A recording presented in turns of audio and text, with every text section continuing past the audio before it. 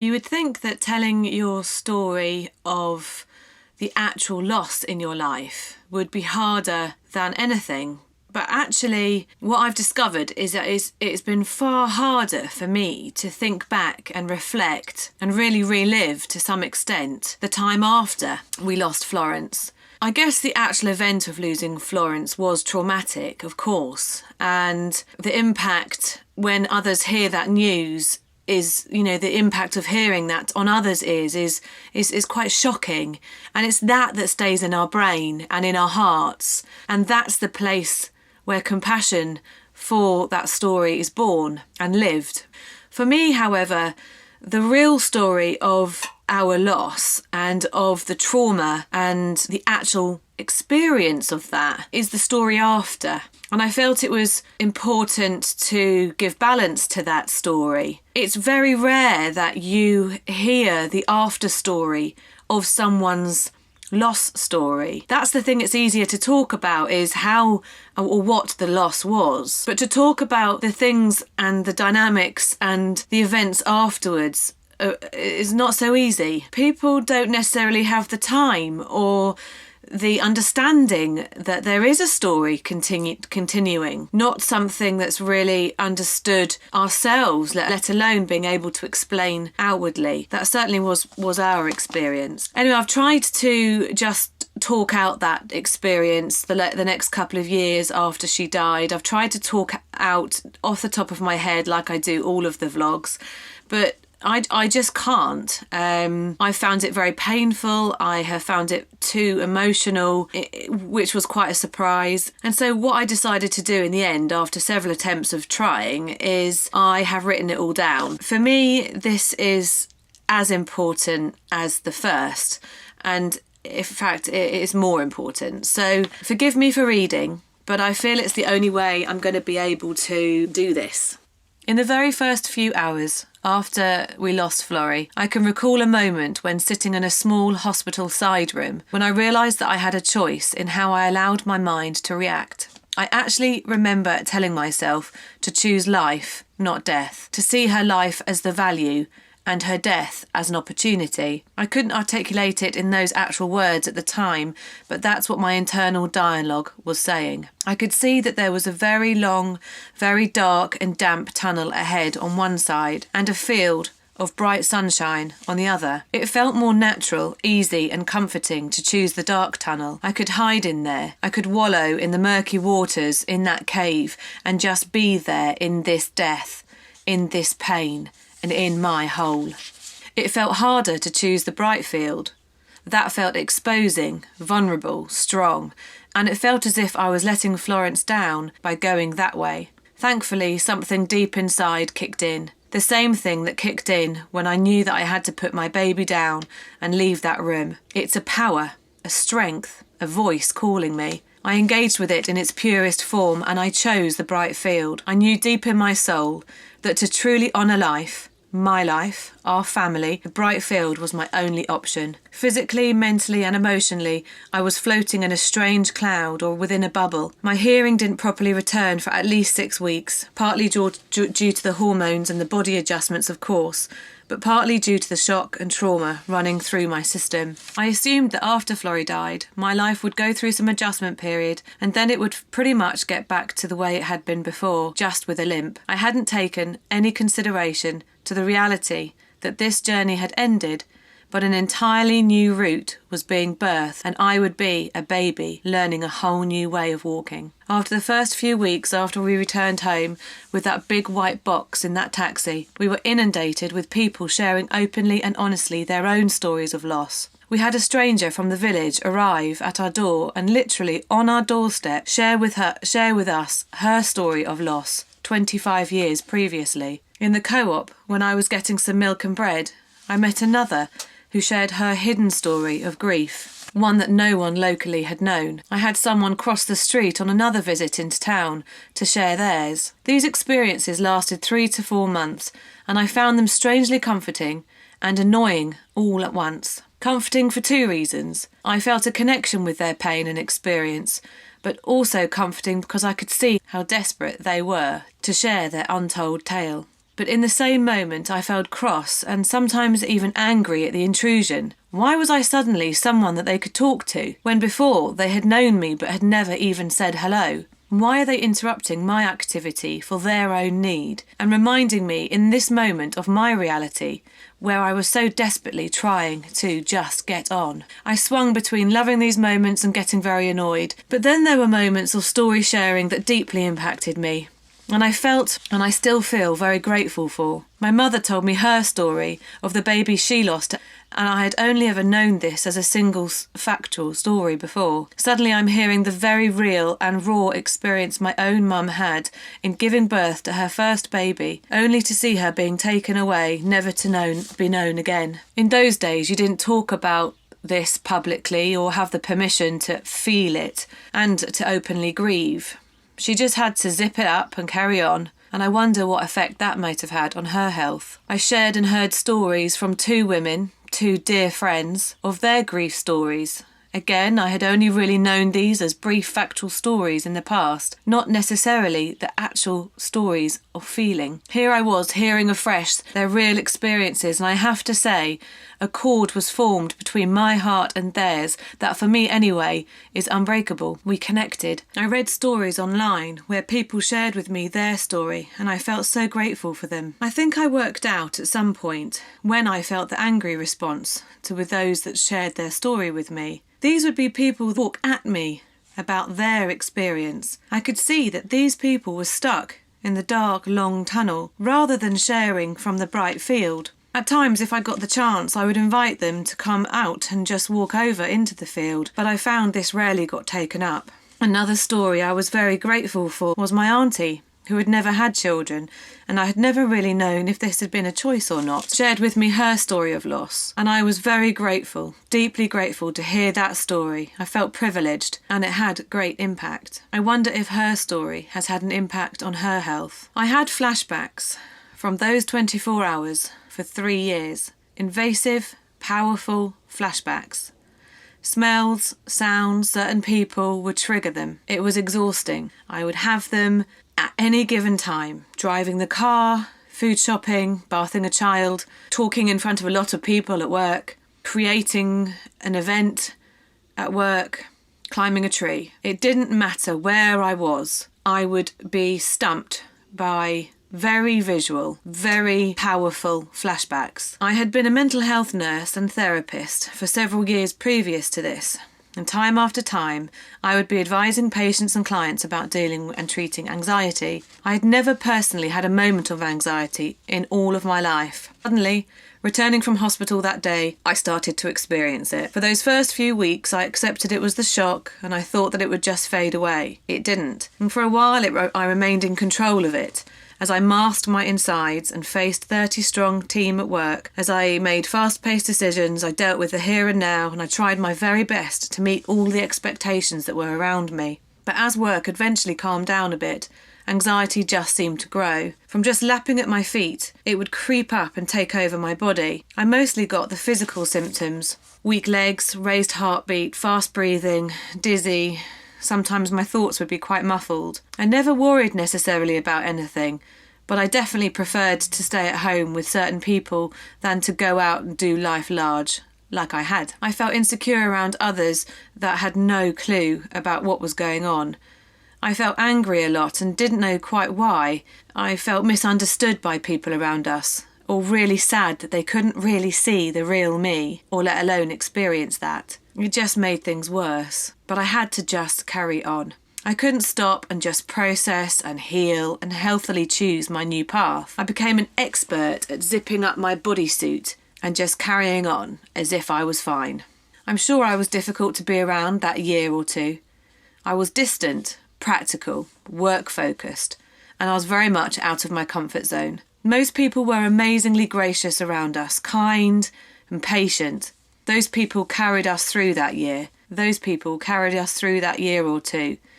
And without them, I'm not sure where we would have ended up. We didn't know what was happening internally. So I was even more grateful to those that extended the hand of grace and love and time. I've had to say several sorries over the years since that and in that.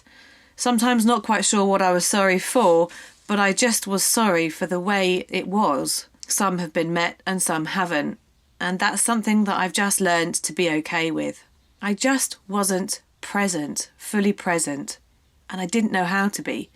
I didn't even necessarily recognise that that was what was going on. Sam, my husband, was 2 months into treatment and recovery when Florrie died. He had been working so much and so hard setting up our business that he hadn't valued his body or health for some time, believing that he was just invincible. He lived off coffee and Haribo for 2 years, and that summer his body just crashed. After several tests and hospital visits, he was diagnosed as being clinically starving. He was treated as an anorexic and given the serious advice to change his lifestyle or else, which he did, and he did well. But as you can imagine, losing Florrie had a big impact on his food take, on his stress levels, just on his body. Both he and I were like machines, digging deep and just doing our best each day to survive. We would get into bed very late at night after a long day at work, creating and building a new business, and we would just look at each other and just say, how are we doing this? One night, a few weeks after Florrie passed, we tried to take the night off and just be together, and we tried to relax. We went to bed and we just talked. One thing led to another and we started to make love. We didn't get very far until I literally broke down. The intimacy of sex was just way beyond my reach and my body felt so disconnected to me. I literally, mid-flow, just broke. The wail that came from me didn't stop. Poor old Sam. It was actually a deeply moving and deeply connecting experience where we both ended up crying and cuddling, just safe in our own bed. The act of making love, in moments in our lives when we are facing any kind of stress or trauma, or when we feel insecure in our own skin, can often be totally avoided and neglected. But if you are in a healthy relationship, making love is the most healing experience, and one which can be a lifeline to keep you connected when the world may feel so disconnected and lonely. It certainly was for us. It requires of us to face up to ourselves and each other and to carry on. I'm not sure enough lovemaking and facing up is going on in this culture, and maybe there's another vlog here. Another story running alongside this one was the one which hurt me the most. This is the story of my Martha Willow, my eldest daughter. Martha was just old enough to be affected by this story unfolding. As you know, both my girls were waiting for us in the kitchen early that morning. I wasn't expecting it, as they both were good sleepers back then, and I thought that I'd had at least a few hours at home regaining myself before I had to face them. But no, some sixth sense in them made them rise early, and they naturally came to seek us out. They knew something very big was happening. We'd been missing for 24 hours, and we walked in without their sister. I don't remember the greeting, but I do remember, very shortly after, sitting on the sofa with both Sam and I, and both the girls, and both sets of grandparents were around the house somewhere, as we told them. Elsie was very practical about it and quite quiet. Martha just started rocking on the sofa and just saying, no. She then leapt off the sofa, and halfway up the staircase, she wet herself. Martha was dry day and night for a long while, so this really did upset her. She went into a state of shock, almost, and the GP who visited us later that morning gave her something to help her body relax and her mind calm. I can't think what it was at this time. She didn't want to be near me and Sam for quite a while, and you could see over the following weeks that this little girl's life had just been popped. Martha's story is a big one that still outplays now, and it's still ongoing. We are always on a permanent learning journey with her. Even this week I could tell you stories. Martha is an incredible girl. She is deeply loving and deeply sensitive. And for years I felt terrible guilt over the fact that she had to face this event and this reaction. Sadly, a second trauma in our lives happened fairly soon afterwards, and for Martha this was the icing on the cake. This floored her. So It's an ongoing story where life events just impact on other life events. And for her, the two in a short period of time have been big. I'm free from that guilt now, as I realise that guilt is just a sickness and that it's not mine to own. And that actually guilt just renders us helpless. It doesn't move us forward. It doesn't do anything to us that is life-giving and healthy. And I am able to stand free from that now. It's my job to constantly show Martha that there is a choice of the long dark tunnel or the bright field.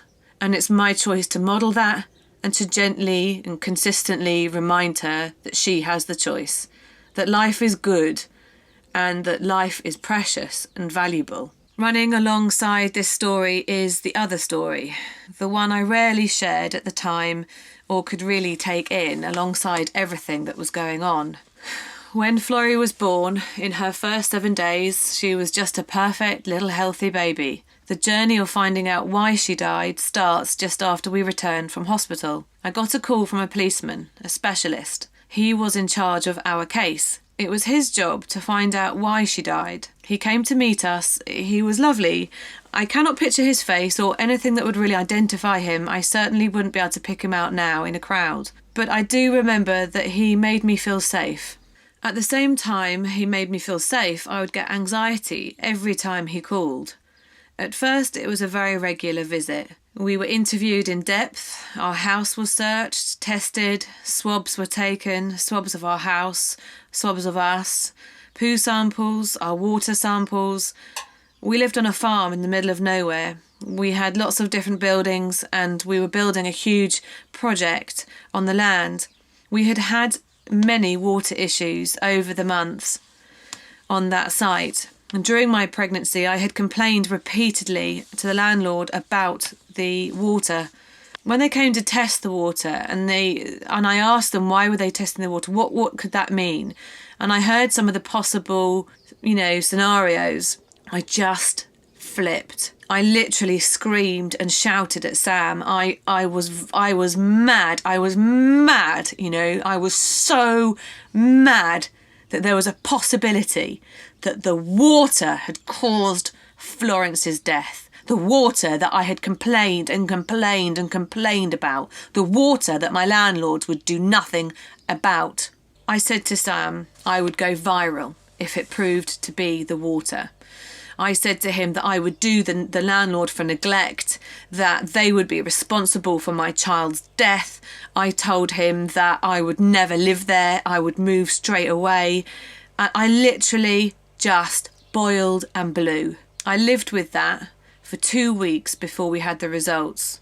And then we had the results that it wasn't the water. I can feel the anger, the reaction of it rise up in me when I'm just reading words that I've written and I can still feel it. And I've always got this lump that's actually now becoming quite painful because I've been holding it in for a while.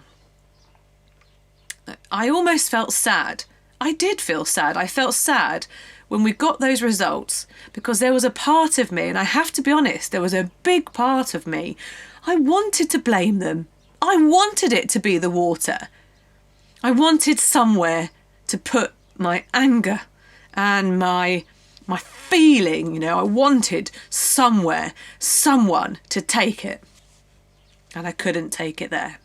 Now I was left again not knowing why she died. I started reading everything I could about cot death and about death, unknown deaths, all sorts of reasons why babies die, and I would just read and read late into the night when I couldn't sleep.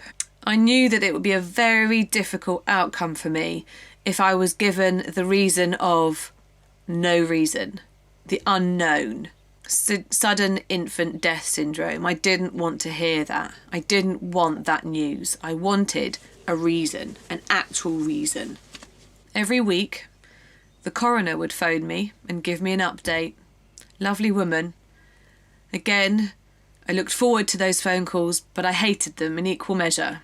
They raised my anxiety. I had to step out of my busy day to take them and to regroup and refocus. I had those phone calls until in the 8th month the phone call came. They had the reason. They had discovered the cause of death. It had been verified, and they could share with us their results. I took the news over the phone, and Sam went along to the coroner's inquest. All these months of feeling the guilt of her death, what had we done wrong, what had been our part, all those nights of racking our brains were now at an end. Florrie died because around day 5 of her life, she caught a very nasty virus called Coxsackie type 2. The virus was not found anywhere in our house or around us, and they believed it was an external carrier.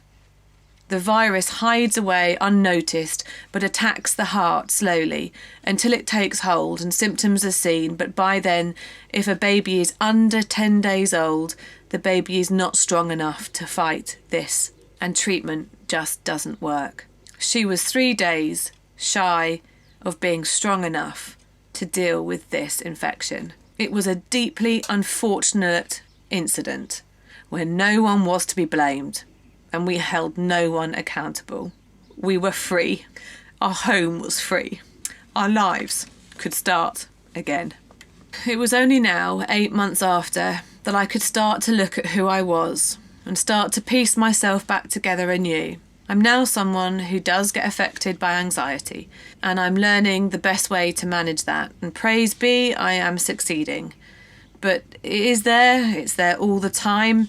It's a constant energy to keep it at bay. I'm now someone that has to choose carefully what I say yes to. I have to manage my stress levels carefully. I can't be near joy without feeling the pain, which is okay. I'm fine with that, but it's just something that's very apparent. I'm now someone that knows the power of what you put into your body can have life-giving or life-limiting effects.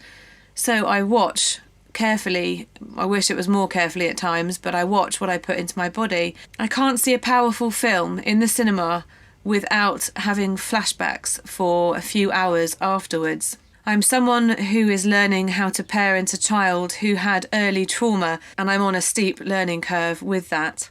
Some days I can wake up and feel utterly free, and I even wonder why it was such a big deal. I look at things differently, and I just don't get it. I think, yeah, that was a sad thing. These were sad things to have happened, but actually it's not that big a deal, and I really just feel very light-hearted and flippant about it. It doesn't last that long before I realise it is my story and it is who I am, and it's part and parcel of us as a family. But I never choose to walk in the dark tunnel. I am not captive of my story. I am set free by it. I watch parents fleeing their countries and seeing their children die in the pursuit of safety, and I just thank God for my story. I love my story for what it's given me. I am grateful to know this pain and to live a more free life because of it. I am more compassionate. I have more time for people. I have a deep power within me and around me that I know my life is significant and valuable and precious.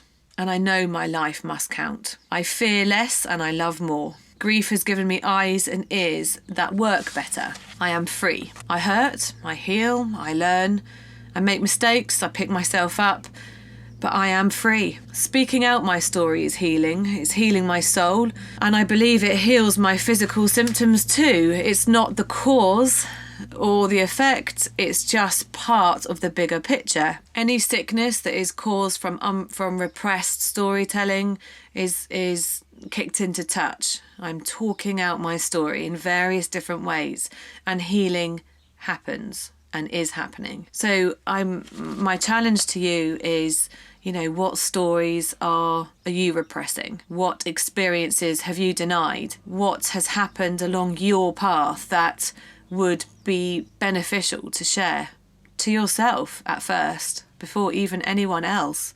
When I did the first part of my story, and even some of my other blogs, I've had many, many private messages from stories of decluttering and the sickness there, stories around schooling, stories around loss, others and their own, all sorts of stories. I have had, thank you for the private messages. Some of them have brought me to tears. They've all been significant. I've been deeply touched by people taking the time and effort to write to me. And I'm just therefore more able to share my story the more that you're sharing yours with me. And my real hope is that through this, people become more open and real and authentic about who they are and where their sicknesses may lay hidden or public, and what we can do about it together to be a stronger, healthier, happier culture. No matter what's going on politically or financially or environmentally, what is happening with us as a group and culturally around us is the key to freedom. I'll stop going on now, but thanks for listening to another long one. And I value feedback, so public or private. So thank you. Take care.